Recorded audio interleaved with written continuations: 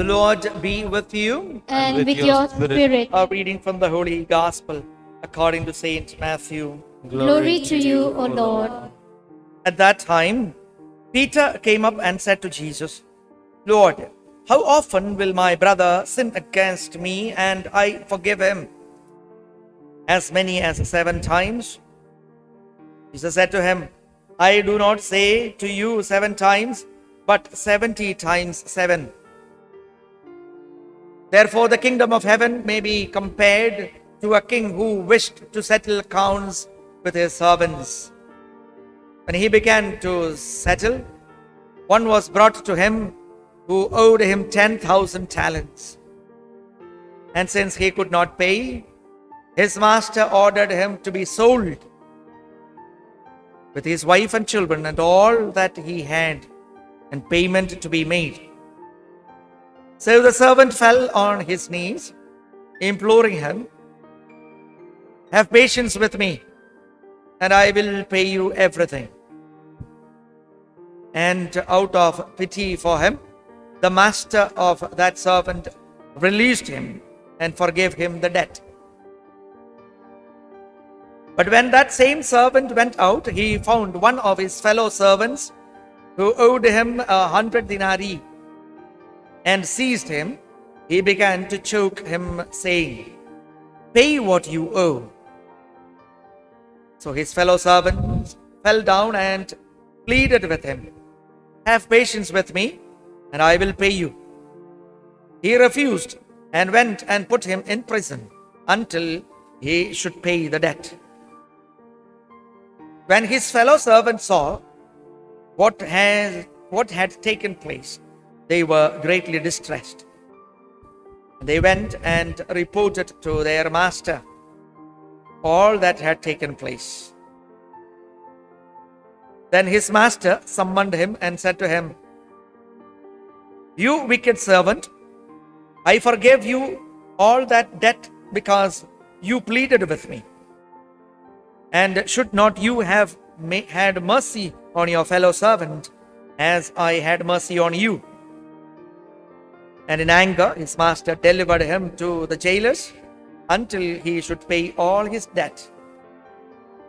So also my heavenly Father will do to every one of you if you do not forgive your brother from your heart.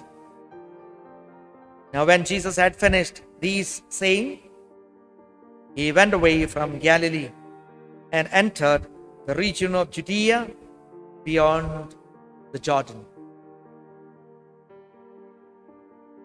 The Gospel of the Lord. Praise to you, Lord Jesus Christ. We have started with the book of Joshua in the first reading. The baton is handed over. The mantle of leading the people of God to the promised land has been entrusted with Joshua.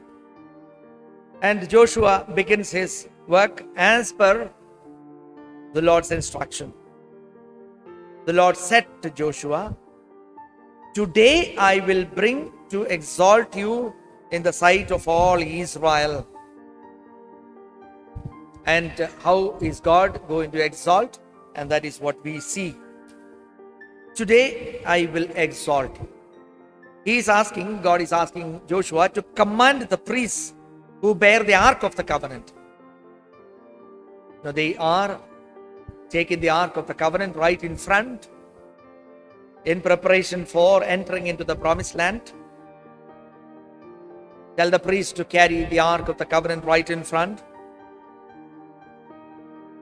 And the instruction is very clear. When you come to the brink of the waters of Jordan, you shall stand still in the Jordan. When you come to the brink of the river, stand still. We know, be still and know that I am God. Be still and know that I am God. And that is, be still. For what? And that is what is seen next. Joshua instructed as the Lord had instructed him to tell them. And his call. Look at the call of Joshua. Joshua was blessed just as Moses was blessed. And so now Joshua calls the people of God, is it? Come here and listen to the words of the Lord your God. Joshua is not feeling that now that Moses is dead and gone, now let me have my way. Think of us waiting for the senior one to retire in order to take his place. Think of maybe some of us waiting for the inheritance to be coming to us. Think of that is from our ancestors, our own parents. Think of all kinds of thoughts and desires that come so that power, authority, name, fame will come to us. Look at this beautiful servant of God. Come and listen to what God is telling you. Not what I am telling you. What God is telling you. God's word. Joshua gave priority to God's word. Why? God gave God's word to Moses. The 10 commandments, the law. The law and the prophets comprise the whole entire Old Testament.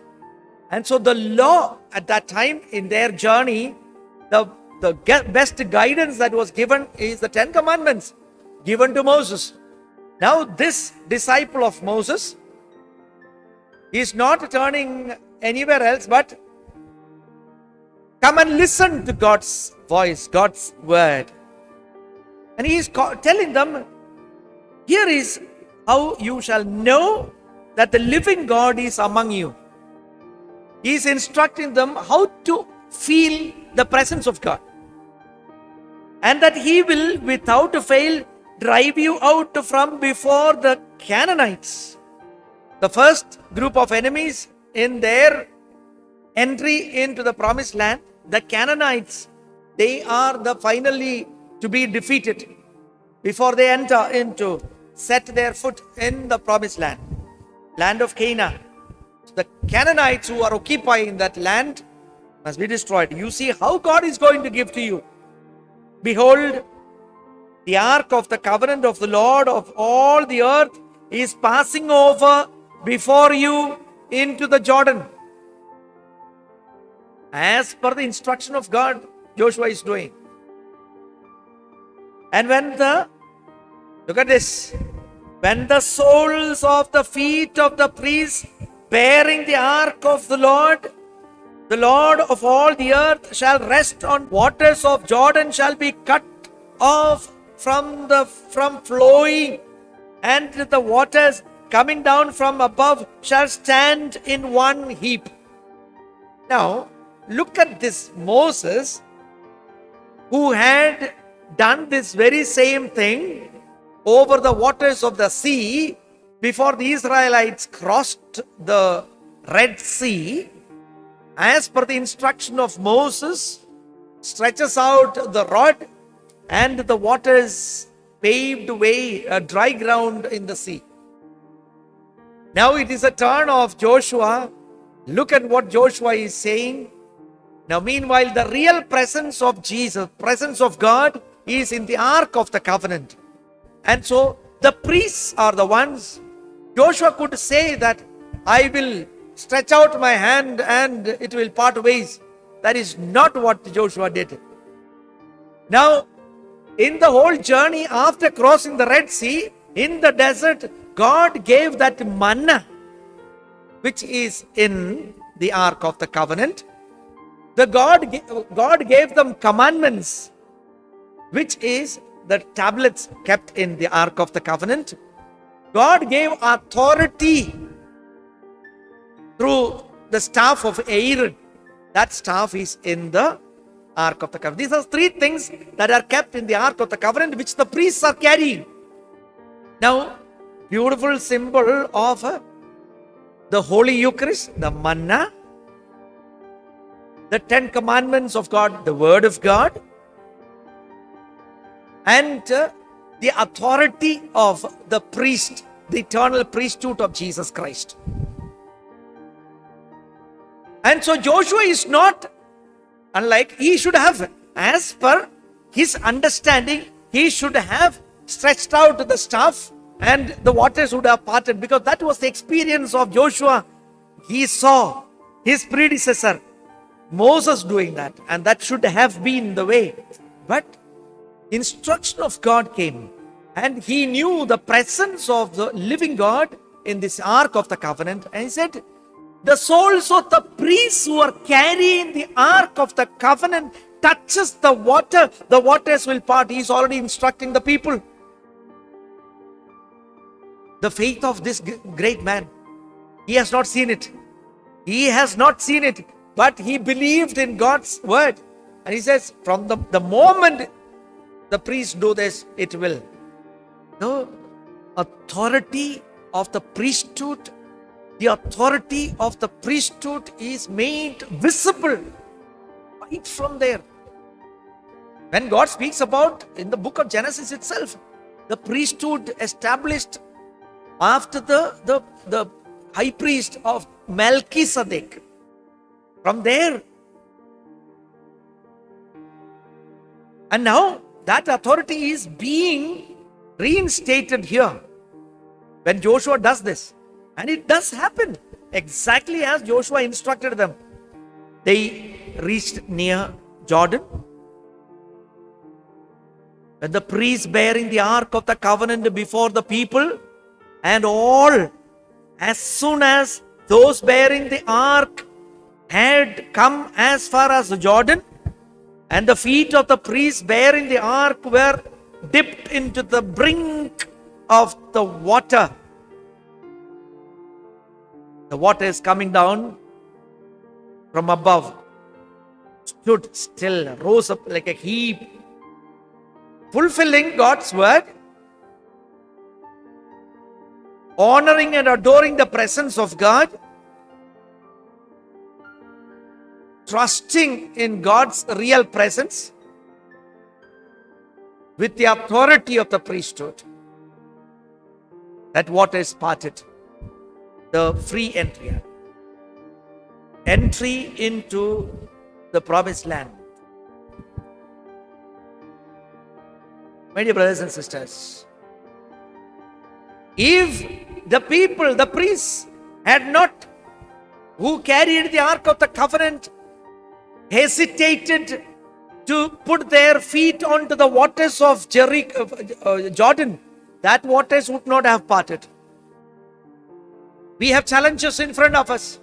Unless we believe in God's word and take that deep faith, the step into the troubles that are ahead, with the faith that it is the Lord who is with us. We who receive Holy Communion, the presence of God in us.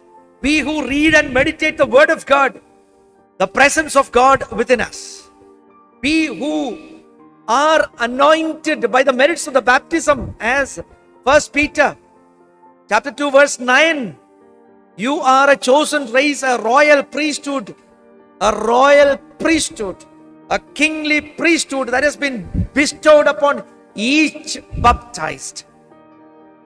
When we feel the priesthood of Christ given to each of us, the eternal priesthood of Jesus Christ, it is placed in the Ark of the Covenant. Your body, our body, becomes the Ark of the Covenant, just as the body of our Blessed Mother became the Ark of the Covenant by the presence of Jesus, who became Word, became flesh. Jesus Christ, the eternal priest in the womb of Mary. Very same way, you and me, by the merits of the Holy Baptism and by the merits of the Holy Communion that we receive, we are becoming the Ark of the Covenant. What should be the result of this when we walk into the difficulties? The difficulties will make way for us to pass through. If we believe, that is why Jesus said, if you have faith like a mustard seed, tell the mountain to move. What God is expecting of us is this faith that you are a carrier of His presence in this world. What's happening to us? We are busy. We are busy battling elsewhere. We are getting wounded because we are not owning up the power and the authority and the presence of God that is within us. We receive Holy Communion. Who is this Holy Communion? The God who is becoming part of me. And yet I do not believe in His presence in my heart. I receive, I walk out, what comes out of me is something else altogether. It's because of my lack of faith in what He has instructed us. He has taught us. We do not believe in His word. That's the long and short of it all. Our faith is so shallow in God's word. Otherwise, when Jesus said in the Gospel of St. John chapter 6, these Sundays we have been listening, and next Sunday we will listen to again in the continuation of it. Those who eat my flesh and drink my blood will have eternal life. Those who eat my flesh and drink my blood, I live in them and they in me. This is exactly Holy Communion. How shallow is my faith? After receiving my Holy Communion, my communion with God ends when I move out of the church. Then I do not believe in this Holy Communion. Look at the great saints, how they honored and longed to have Jesus in the Holy Communion. There are beautiful testimonies of bishop, priests who have been imprisoned because of their faith. They did not have even the sacred, the host and the wine. They would quietly sneak in through the others' help, get simply ordinary host, small pieces and a little bit of wine as a medicine. And they would celebrate not on the altar so beautifully decorated, but on their palm tops, one drop of wine into the palm top and one small piece of, they will celebrate. They have celebrated Mass on their palm tops. That is faith. And kept their faith till the last moment of their life. If persecutions come, what will we do? Do we turn to the Holy Communion? Do we turn to the Holy Eucharist? Do we turn and know that this is the Ark of the Covenant? When Jesus said, Peter, you are the rock. Upon this rock I will build my church. Nothing shall prevail against this church. We are getting scared of somebody made you eat something, somebody else did some witchcraft of you. When you are God's, witchcraft can take you. When you belong to God, when you are rooted in God, when God is dwelling in you, which fellow will disturb you? So let's focus our total commitment to this God who is dwelling in us. God does not want to dwell somewhere else. He wants to dwell in. That's why He made Himself into a bread. You and me put our faith in Him who lives within. Then I will respect my own body. I will respect everyone around me. I will honor them because that is also a tabernacle. My fellow being who has received Jesus Christ is carrying my God. I will respect the other. If there is a respect towards my own self, towards one another, then that is heaven. That is the dwelling place of God. There is communion. My dear brothers and sisters, Joshua has been a beautiful example for all of us who believed that what God has promised would take place. And He allows the priest to carry the Ark of the Covenant to touch the waters of Jordan. It parted. And it did as God instructed. It did as Joshua believed. Let's also believe and act that we are that Ark of the Covenant. It is God who dwells in us. You are the temple of the Holy Spirit. This is the dwelling place of God. Know that This I am God who has revealed himself to Moses, revealed himself to Joshua, is inside of us. Implore the Lord for great faith in this God who is dwelling in us.